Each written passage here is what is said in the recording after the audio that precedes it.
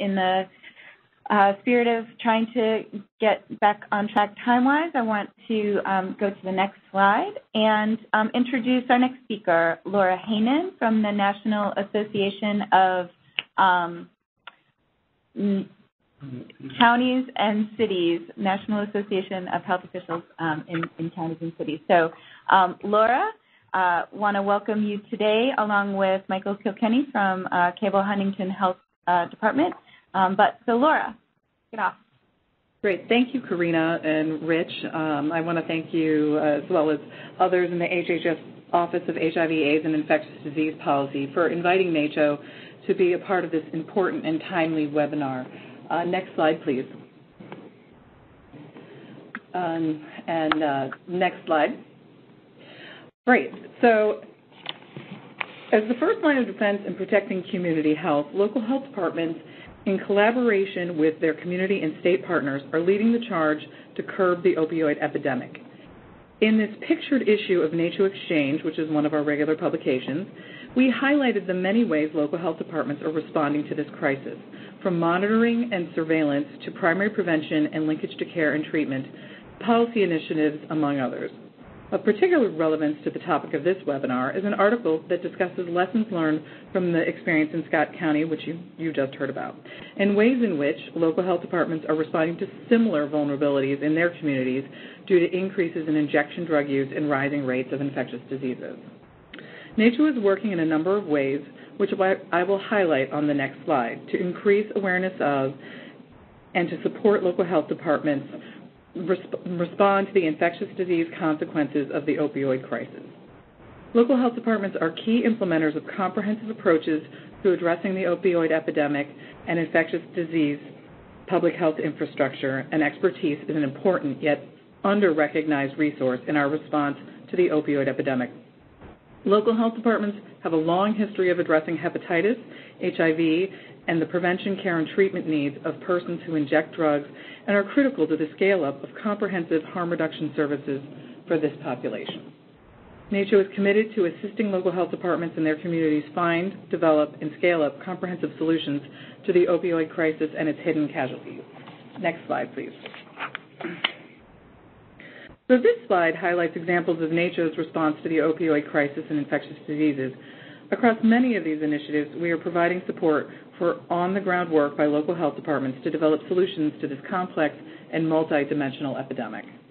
For example, we have been working with the Lennowisco Health District in the Appalachian region of Virginia to develop a comprehensive community response plan to address opioid-driven increases in injection drug use and vulnerability to rapid dissemination of viral hepatitis and HIV among people who inject drugs.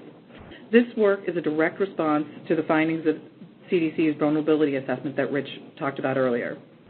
The community response plan addresses efforts to undertake pre-outbreak activities associated with the immediate and intermediate response and what is required for a sustained response.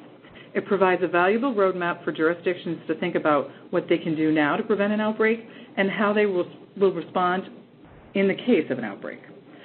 The plan can be assessed from NACCHO's website, which will be linked to on my final slide. Current efforts with the health district are focused on engaging the community in this response and implementing interventions identified in the response plan. As noted in the second bullet point, we are supporting the expansion of some of the incredible harm reduction work being led by local jurisdictions in West Virginia, which you will hear about shortly from Dr. Kilkenny. Next slide. Another key component of our response to the opioid epidemic is advocating on behalf of local health departments, particularly as it relates to increasing awareness of their role and the need for increased federal funding to support the local response to this crisis. So far, NACCHO has had 3 congressional briefings over the last few years to try to increase the level of education by our policymakers at the federal level. So this is a multi-pronged epidemic that will take a multi-pronged approach and more resources than have yet been put on the table. Shown here is data from NACCHO's Forces of Change survey. Since the 2008 recession, local health departments have struggled in terms of budget cuts over time. The impact of these funding cuts impedes local health department capacity to respond to this urgent crisis and further underscores how critical it is that additional resources be made available to support a comprehensive approach to our nation's opioid epidemic and its many impacts, including the spread of viral hepatitis, HIV, and other infectious diseases. In addition to resources, strong federal, state, and local partnerships are essential to combating this issue, as the speakers on this webinar so well highlight. Local health departments are the boots on the ground that, if given the resources, can bring partners together across the spectrum to find solutions to this multifaceted and complex crisis. Next slide. Thank you for your attention and ongoing support and engagement in this topic. For more information about NACCHO's response to the opioid epidemic and infectious diseases, you can contact Gretchen Weiss, and her information is here on the slide. And I also encourage you to check out the resources linked here from our website. So now it's my pleasure to introduce our next speaker, who is Dr. Michael Kilkenny, the Physician Director of the Cabell-Huntington Health Department in West Virginia, which implemented the first sanctioned syringe services program in the state. Huntington is also the focus of the Oscar-nominated Netflix documentary, Heroin. Thank you. In West Virginia, the local health departments have taken the lead in battling this epidemic. As you can see from the map, what started in 2015 as 2 free clinics and a couple of health department programs has coalesced into an organization called the West Virginia Harm Reduction Coalition, which involves 53 of our 55 counties and has offered services now across the state. There are syringe service programs either operating or planned in 15 or 16 counties now, and we have had a lot of success pushing naloxone out, especially to our first providers. The Harm Reduction Coalition has been able to negotiate with a wholesaler to donate to us 16,000 doses of naloxone, and our distribution network has been able to send that across the state, training virtually any police department or other agency that's on the front lines in the dispensing of naloxone. Next slide, please. The services that comprise a comprehensive harm reduction program were pretty well described earlier, and the CDC has great resources for determining what constitutes comprehensive services. We looked at education, testing, treatment, counseling, and syringe services as our core first 5, and then we added community naloxone access as state laws permitted. What we found is that every health department or every site establishing these services has different capabilities, and we agree 100% that you have to collaborate with your partners. You have to form linkages.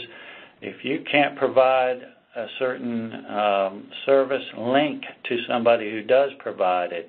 And so the list that I've drawn up here is pretty much based on what we're doing, but where we might have to link to care for offering PrEP, another agency might have the capacity to offer PrEP on site, and they might need to link to community education or something like that. And always remember that these services exist in a local political and economic reality. In harm reduction, we are not judgmental. We don't judge our patients, and we don't judge our partners. You do what you can do, but do something. Our next slide shows what we've seen in acute hepatitis B in Cabell County since we started our program. The trend has been upward. West Virginia leads the nation in hepatitis B, and Cabell County is above the state average in hepatitis B. We started a syringe service program in 2015, and we saw a flattening on the bottom of the incidents associated with injection drug use. In 2017, we saw a decline in new cases of hepatitis B associated with injection drug use. We're also very excited about what's happening in hepatitis C. If I can see the next slide. We had seen graphs go up and up and up for so long that I thought my analysis software was broken. I didn't think that it could draw a downward curve. But with the programs that we have here in Cabell County, despite a change in the definition of a case of hepatitis C in 2016, we have seen a decrease in 2017 in hepatitis C. Hepatitis C more closely, total cases align with injection drug use more closely, and so we've seen a total decline in hepatitis C. Those are the first victories that we've been able to show, and our people needed a win here. We've been fighting this as hard as we can for 3 years, and it's just great to see something happening. But that's the lower level view of what we can see at the county level. Counties are in, our health departments are in every jurisdiction in this country, and we're very interested in being involved in the fight. Some of us are more capable than others, but we're all willing to join. So I will end there, and thank you. Thank you so much, Dr. Kilkenny. Really appreciate that county perspective and sharing the data that you've been seeing at the county level as well. I think one of the things that Rich Walitsky highlighted earlier was that one of the first steps really is to assess what the trends are in your area, and that allows you or enables you then to monitor this and celebrate those successes as you have been able to since you saw that trend in hepatitis C infections reverse, and even with hepatitis B reducing the number of new infections. So congratulations, and thank you so much for sharing your experience, and thank you, Laura, for sharing the NACCHO perspective. Produced by the U.S. Department of Health and Human Services at taxpayer expense.